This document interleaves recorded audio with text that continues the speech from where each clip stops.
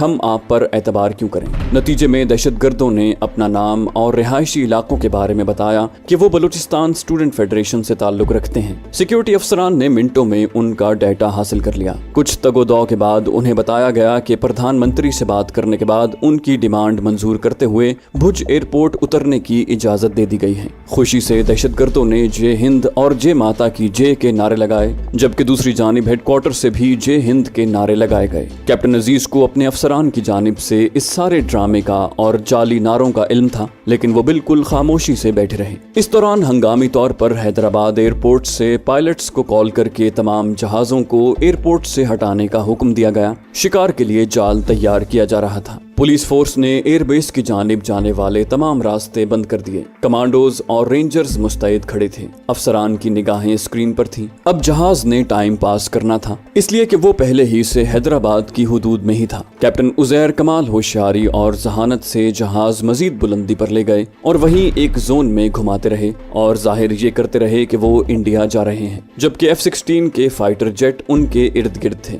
Fighter jet ان کو monitor کر رہے تھے، جن کا کیپٹن عزیر کو بخوبی علم تھا۔ رات کے اس وقت حیدرآباد ایئرپورٹ پر تمام لائٹس بند کر دی گئیں، ساتھ میں سارے شہر کی بجلی بھی بند کر دی گئی تاکہ دہشت گرد رات کے اندھیرے میں علاقہ نہ پہچان سکیں۔ ایئرپورٹ بیس سے پاک سرزمین کا ہلالی پرچم اتار کر انڈیا کا پرچم لہرا دیا گیا۔ ہیڈ کوارٹر سے ہدایات ہندی میں دی جا رہی تھیں اور پھر کیپٹن صاحب جہاز کو لے کر ریڈار سگنلز کو فالو کرتے ہوئے جعلی بھج ایئرپورٹ کو لینڈ کرنے والے تھے۔ سارا ایئرپورٹ خالی تھا۔ وہاں دہشت گردوں نے انڈیا کا پرچم لہراتے دیکھا تو جے ہند کے نعرے بلند کیے، ساتھ میں کیپٹن عزیر کو گالیاں دی۔ تمام کمانڈوز، ذرار فورس کے جوان اور آرمی رینجرز گھات لگائے جہاز کے اترنے کا انتظار کر رہے تھے۔ جہاز اترتے ہی پولیس فورس اور رینجرز نے گھپ اندھیرے میں گاڑیاں جہاز کے آگے کھڑی کر دی کہ وہ ٹیک آف نہ کر سکیں۔ پھر وہاں کے عملے کے روپ میں 3 اہلکار بات چیت کے بہانے جہاز میں بغیر ہتھیار کے جائزہ لینے کے لیے داخل ہوئے۔ وہ پولیس فورس کے تربیت یافتہ خطرناک کمانڈوز تھے،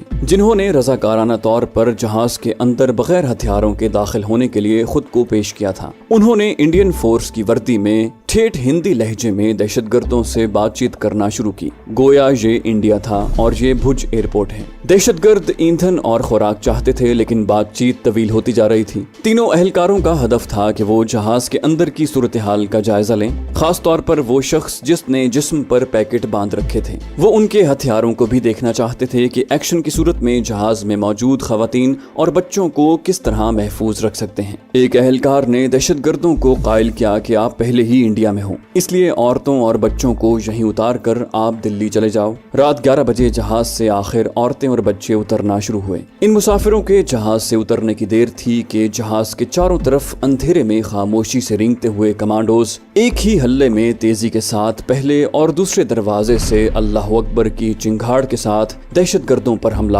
ہوئے۔ اللہ اکبر کے نعرے نے دہشت گردوں کو حیرت زدہ کر دیا کہ یہ انڈیا میں اللہ اکبر کا نعرہ کیسے بلند ہوا۔ بدحواسی میں ایک دہشت گرد نے فائر کیا جو ضائع گیا۔ ریکارڈ کے مطابق 2 منٹ کے اندر تینوں دہشت گردوں کو قابو کر کے باندھ دیا گیا۔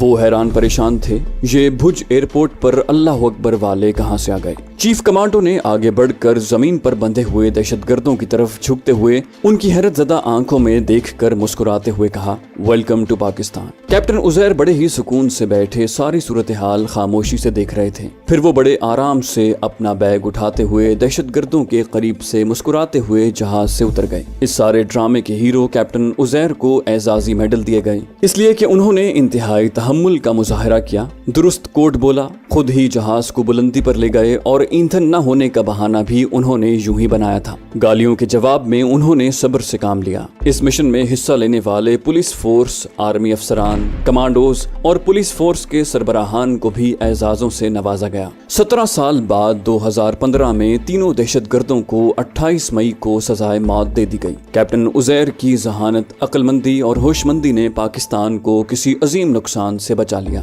وہ بعد میں ٹرینی پائلٹس کو لیکچر بھی دیتے رہے، اور جب اس واقعے کے بعد صحافیوں نے ان سے سوال کیا تو وہ بولے، اگر دشمن یہ سمجھتے ہیں کہ ہم موت سے ڈرتے ہیں تو سن لیں، مسلمان موت سے نہیں ڈرتا، اور شہادت تو مسلمان کے لیے انعام ہے۔ پاکستان کے دشمنوں کو خبر ہو کہ جس وطن کے بیٹے اتنے دلیر اور جان نثار ہوں، اس سرزمین کو کوئی شکست نہیں دے سکتا۔ پاکستان ڈیفنس فورسز اس ملک کے چپے چپے کی حفاظت اللہ کی مدد سے کریں گے۔ پاکستان انشاءاللہ ہمیشہ ہمیشہ قائم و دائم رہے گا۔ پاکستان زندہ باد۔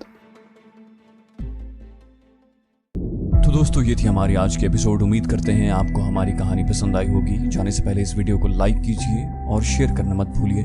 کامنٹ کر کے ہمیں بتائیے کہ آپ کو ہماری ویڈیو کیسی لگی، اور اگر ابھی تک آپ نے اس چینل کو سبسکرائب نہیں کیا تو اسے سبسکرائب کیجئے اور بیل آئیکن دبا کر آل نوٹیفیکیشنز آن کر لیجئے۔